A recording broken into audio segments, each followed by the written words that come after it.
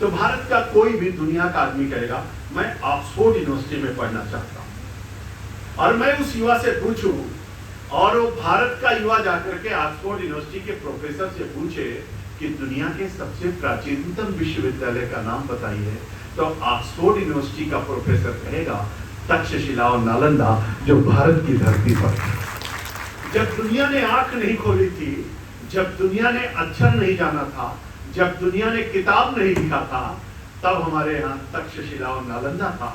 अगर दुनिया को किसी को भी ग्रेजुएट होना था, पोस्ट ग्रेजुएट होना था, और दुनिया के किसी देश को भी उसके नौजवान को अगर पढ़ना था, तो उसको भारत की धरती तक्षशिला और नालंदा आना पड़ता था पढ़ने के लिए। अब मैं दूसरी बात आपसे कहता हूं, आप कहोगे ऑक्सफोर्ड यूनिवर्सिटी बहुत अच्छी यूनिवर्सिटी है, आप दुनिया के बहुत सारे विश्वविद्यालय का नाम लोगे, अमेरिका चले जाओ, इंग्लैंड चले जाओ, चाइना चले जाओ, जापान चले जाओ, जर्मनी चले जाओ, रशिया चले जाओ, कंबोडिया चले जाओ, ऑस्ट्रेलिया चले जाओ, किसी देश में जाकर के पूछो कि दुनिया की सबसे प्राचीनतम पुस्तक का नाम बताइए, तो दुनिया का कोई वैसे कहेगा ऋग्वेद, यजुर्वेद, सामवेद, अथर्ववेद की चर्चा करेगा। और किसी से आप पूछोगे 108 उपनिषदों की चर्चा करेगा, 6 शास्त्रों की चर्चा करेगा, 18 पुराणों की चर्चा करेगा, 4 वेदों की चर्चा करेगा। दुनिया में किसी से जाके पूछो सबसे प्राचीनतम और वैज्ञानिक भाषा बताइए, तो दुनिया का कोई भी व्यक्ति करेगा संस्कृत भाषा, जो भारत की भाषा है। और दुनिया में किसी से जाकर के कहीं भी पूछो कि जीरो की खोज किसने की, तो हर कोई भारत की तरफ इशारा करेगा। दुनिया में किसी से जाके पूछो अंक कहां से आया, तो लोग भारत का नाम लेंगे।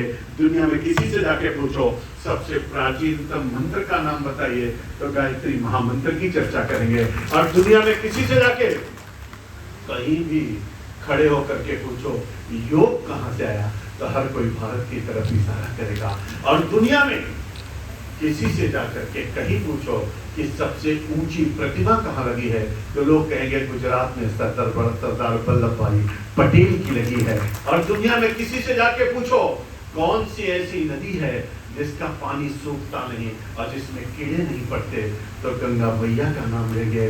दुनिया में किसी से जाके पूछो सबसे बड़ा मेला दुनिया में कहाँ लगता है, लोग कहेंगे महाकुंभ तीर्थराज प्रयाग में लगता है। और दुनिया में किसी से जाकर के कहीं भी पूछे देना मेरे मित्रों, मैं तो आपसे कहना चाहता हूँ कि सबसे प्राचीनतम धर्म का नाम बताइए, तो दुनिया के लोग कहेंगे सनातन धर्म है।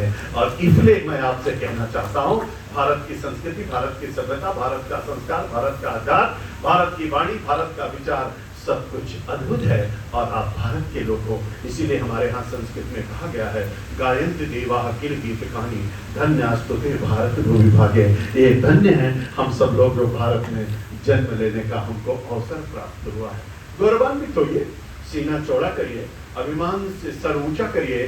दुनिया के लोग भारत में क्यों आए थे, ईस्ट इंडिया कंपनी की स्थापना क्यों हुई थी, 3री शताब्दी का भारत कैसा था, 5वीं शताब्दी का भारत कैसा था, ईसा पूर्व का भारत कैसा था, महात्मा बुद्ध का भारत कैसा था, महावीर स्वामी का भारत कैसा था, चाणक्य का भारत कैसा था, चंद्रगुप्त का भारत कैसा था, सम्राट अशोक का भारत कैसा था, समुद्रगुप्त का भारत कैसा था। अरे मेरे मित्रों, मेरा भारत जब भारत के लोगों द्वारा शासित था तो सोने का चिड़िया था और विश्व गुरु के पद पर आसीन भारत था।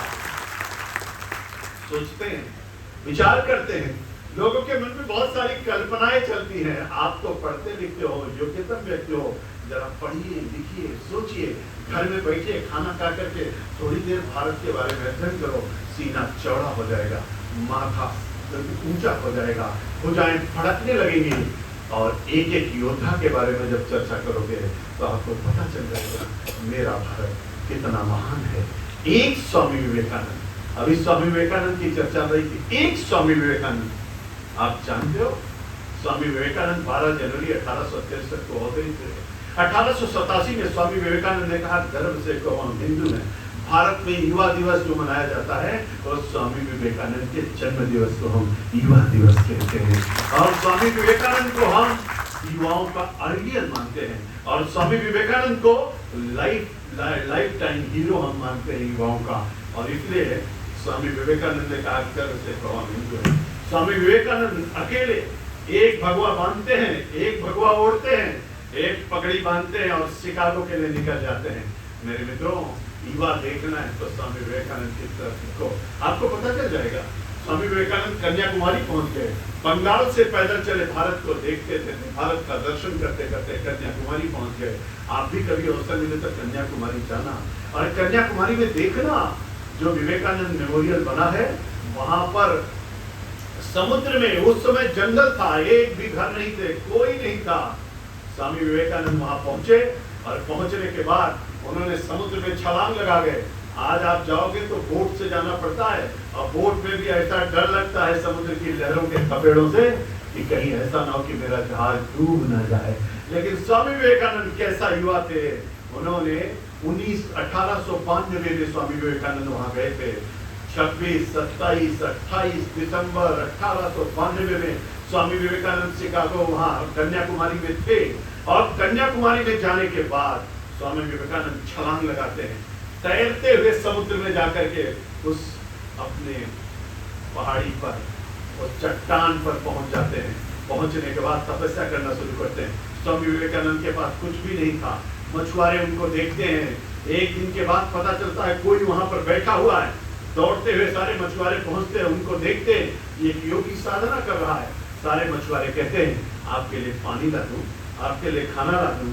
स्वामी विवेकानंद मना करते हैं, मुझको कुछ नहीं चाहिए, आप लोग मुझको साधना करने दीजिए। 3 दिन तक बिना पानी पिए, बिना खाना खाए, बिना कुछ लिए हुए लगातार 3 दिनों तक स्वामी विवेकानंद साधना करते हैं। उठ करके खड़े होते हैं, माँ का आशीर्वाद मिलता है, और वहीं से प्रेरणा प्राप्त होती है, जाओ और दुनिया को संदेश दो।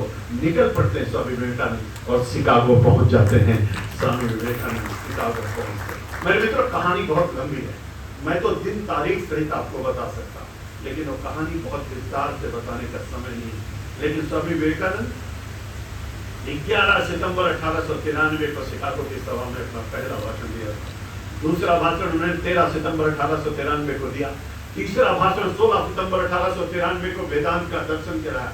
अंतिम भाषण स्वामी विवेकानंद ने 27 सितंबर 1893 को देकर के जब मंच के नीचे उतरे तो पूरी दुनिया स्वामी विवेकानंद के पीछे चल रही थी, और उस समय दुनिया के लोगों ने कहा था कि दुनिया की संस्कृतियों में सर्वश्रेष्ठ संस्कृति कहीं की है तो भारत की है। यह सिद्ध करने का काम एक युवा, एक योगी, एक सन्यासी स्वामी विवेकानंद। अब विवेकानंद नाम उनका पहले नहीं था, उनका पहला नाम वीरेश्वर था, विनय था।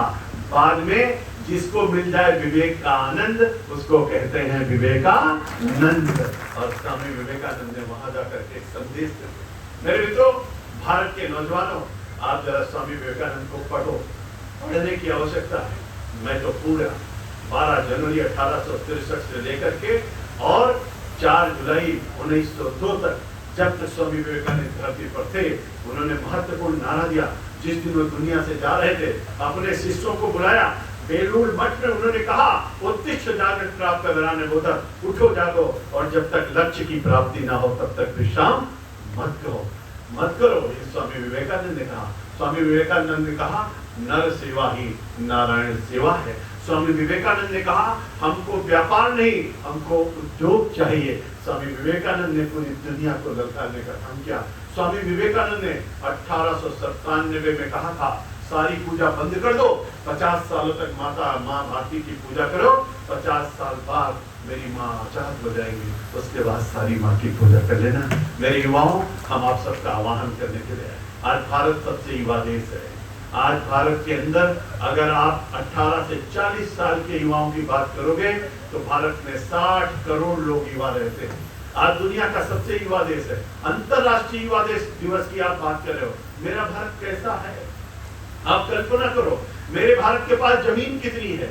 दुनिया का केवल 2.4% भूभाग भारत के पास है। अमेरिका के पास कितना है? चाइना के पास कितना है? भारत केवल 33 लाख वर्ग किलोमीटर में फैला है, और अमेरिका 98 लाख वर्ग किलोमीटर में फैला है, और चाइना 95 लाख वर्ग किलोमीटर में फैला है। रसिया 1 करोड़ 17 लाख वर्ग किलोमीटर में फैला है। मेरा भारत केवल 33 लाख वर्ग किलोमीटर में फैला है। आप सोचो, दुनिया की सबसे बड़ी पॉपुलेशन भारत की है, सबसे ज्यादा युवा भारत में रहते हैं और इसके बावजूद मेरे भारत के पास पानी कितना है मेरे मित्रों, केवल 4% पानी भारत के पास दुनिया का है। और मेरे भारत की जनसंख्या भारत के दुनिया का कितना है तो 17.75% विश्व की जनसंख्या का भाग भारत के पास है। भारत के पास जानवर कितने हैं तो 18% पशु दुनिया का भारत में रहता है। भारत बीमारी कितना लेकर के चल रहा है, 20% दुनिया की बीमारी भारत में है, लेकिन फिर भी मेरा भारत नंबर 1 की ओर अग्रसर हो रहा है। मेरा भारत के युवा सबसे ज्यादा डॉक्टर भारत के पास, सबसे ज्यादा इंजीनियर के भारत के पास, सबसे अच्छे एंटरप्रेन्योर्स भारत के पास, दुनिया में अच्छे डॉक्टर्स आज भारत के हैं। हमारे लखनऊ के किंग जॉर्ज मेडिकल कॉलेज के डॉक्टर आपको दुनिया में मिल जाएंगे। भारत की मेधा, भारत की शक्ति, भारत की समृद्धशालीता, भारत का सब कुछ अद्भुत है। और इसीलिए तो हम वंदे मातरम गाते हैं, इसीलिए तो हम भारत माता का जयकारा लगाते हैं, इसीलिए तो मोदी ने कहा हर घर तिरंगा फहराना है और भारत माता का जयकारा लगाना है। और इसीलिए तो घर घर तिरंगा को भी लहराना है, क्योंकि जब घर घर तिरंगा लहराएगा तो दुनिया में तिरंगे की धूम बढ़ेगी। आज तो दुनिया में भारत माता का जयकारा लग रहा है। मेरा भारत अब केवल आयात नहीं करता, अब निर्यात करता। इसके लिए मोदी ने कहा स्किल इंडिया, मोदी ने कहा डिजिटल इंडिया, मोदी ने कहा मेक इन इंडिया, मोदी ने कहा कि अब हमारे लिए दुनिया में मेड इन चाइना नहीं, मेड इन जापान नहीं, मेड इन अमेरिका नहीं, मेड इन इंग्लैंड नहीं, अब मेड इन इंडिया होगा। सुई से लेकर के तोप तक बनाएंगे, आत्मनिर्भर भारत बनाएंगे। और इसलिए digital India, make in India, skill India, और इसके आधार पर हम भारत के नौजवानों को आगे बढ़ाएंगे। मेरे युवा साथी, मुझको लगता है कि हमको आपको भी अच्छे से अध्ययन करना चाहिए। पर कैपिटा इनकम हमारी बढ़ रही है, हमारे आय के स्रोत भी बढ़ रहे हैं, हम सब लोग प्रगति के पथ पर अग्रसर हो रहे हैं, भारत समृद्धशाली हो रहा है। शिवम जी आप अच्छा काम कर रहे हो, सब लोगों को जोड़ने का काम कर रहे हो। और इसलिए मैं कहता हूँ, ऐ मेरे वतन के हमराही जागीर हमारी धरती है, लाखों सपूत जिस दामन में फिर भी आने पे भरती है, मर मिटने की परवाह नहीं, घायल परवाना जलता है, और जिस ओर जवानी चलती है उस ओर जवाना चलता है। हम लोग सब लोग आगे बढ़ेंगे और सब लोग साथ साथ चलेंगे और दुनिया को एक बड़ा संदेश हम लोग सुनाएंगे। इसलिए साथ चलने का इरादा जब जमा हो जाएगा, आदमी मिले आदमी का कारवां बन जाएगा। तू किसी के पांव के नीचे तो थोड़ी जमीन, तू भी नजरों में किसी के आसमां बन जाएगा। अंत में केवल इतना कहना चाहूंगा, अथर्ववेद में एक लाइन है जिसमें कहा गया, माता भूमि पुत्र वहां पृथिव्याम, भूमि मेरी माँ है, मैं इस पृथ्वी का पुत्र हूँ, जीऊंगा तो भारत माता के लिए और मरूंगा तो भारत माता के लिए। ऐसा संकल्प हमारे युवाओं के अंदर होना चाहिए। अगर आपके अंदर अपनी रगों में खून बहता है, अगर भारत माता की संतान अपने को कहते हो, अगर भारत माता का जयकारा लगाते हो, अगर सब लोग साथ चल करके आगे बढ़ना चाहते हो, अगर अंतर्राष्ट्रीय दिवस मना करके दुनिया में संदेश देना चाहते हो, तो मैं आपसे कहूंगा कि देह की शक्ति को तोड़ना चाहिए, देश की भक्ति को बोलना चाहिए, और माँ की अस्मिता को कोई अगर छुए, रक्त हो तो उसे खौलना चाहिए, रक्त हो तो उसे खौलना चाहिए। इसलिए युवा साथी, हम लोग साथ साथ मिलकर के चलेंगे, भारत माता का जयकारा लगाएंगे, हर घर तिरंगा भी लहराएंगे, अपने मानविंदों का सम्मान करेंगे, शहीदों को श्रद्धांजलि देंगे, भारत को शक्तिशाली भारत, मजबूत भारत बनाएंगे। और 2047 तक जो मोदी जी ने, आदरणीय प्रधानमंत्री जी ने कहा है कि विकसित भारत के सपने को हम साकार करेंगे। अभी तो हम 5वीं अर्थव्यवस्था दुनिया में है, 47 तक नंबर 1 की अर्थव्यवस्था बनेगा और भारत दुनिया का नंबर 1 का देश होगा। इस भाव के साथ हम सब लोग आगे बढ़ेंगे। आप सबको बहुत बधाई, ढेर सारी शुभकामनाएं। जलते हुए प्रकाश से कहूंगा कि शुभम करोति कल्याणम आरोग्यम धनसंपदाम शत्रुबुद्धि विनाशाय दीपक ज्योति नमोस्तुते, दीपक ज्योति प्रभमा दीपक ज्योति नांदना, दीपो हरते पापम दीपक ज्योति नमोस्तुते। आप सब हंसते रहिए, मुस्कुराते रहिए, इसी प्रकाश के तरीके से प्रकाश देते रहिए और भारत को दुनिया का नंबर 1 देश बनाने के लिए अग्रसर रहिए। मेरा भारत फिर से विश्व गुरु के पद पर आसीन हो, समृद्धशाली भारत बने, शक्तिशाली भारत हो, मजबूत भारत हो, भारत की तरफ कोई आंख उठाने की कोशिश न करे। इस भाव के साथ मैं आप सबका आह्वान करता हूँ, दुनिया को बड़ा संदेश दीजिए। शिवम जी को बधाई, अभिनंदन, स्वागत, ऐसे ही काम करते रहिए और आगे बढ़ते रहिए। आप सबको बहुत शुभकामना, नमस्कार, वंदे मातरम, बोलिए भारत माता की। जयकारा ऐसे नहीं होता। जयकारा हमेशा मुट्ठी बंद करके दोनों हाथ उठा करके, माँ का जयकारा है इसलिए जोरदारी से लगाइए। बोले भारत माता की, भारत माता की।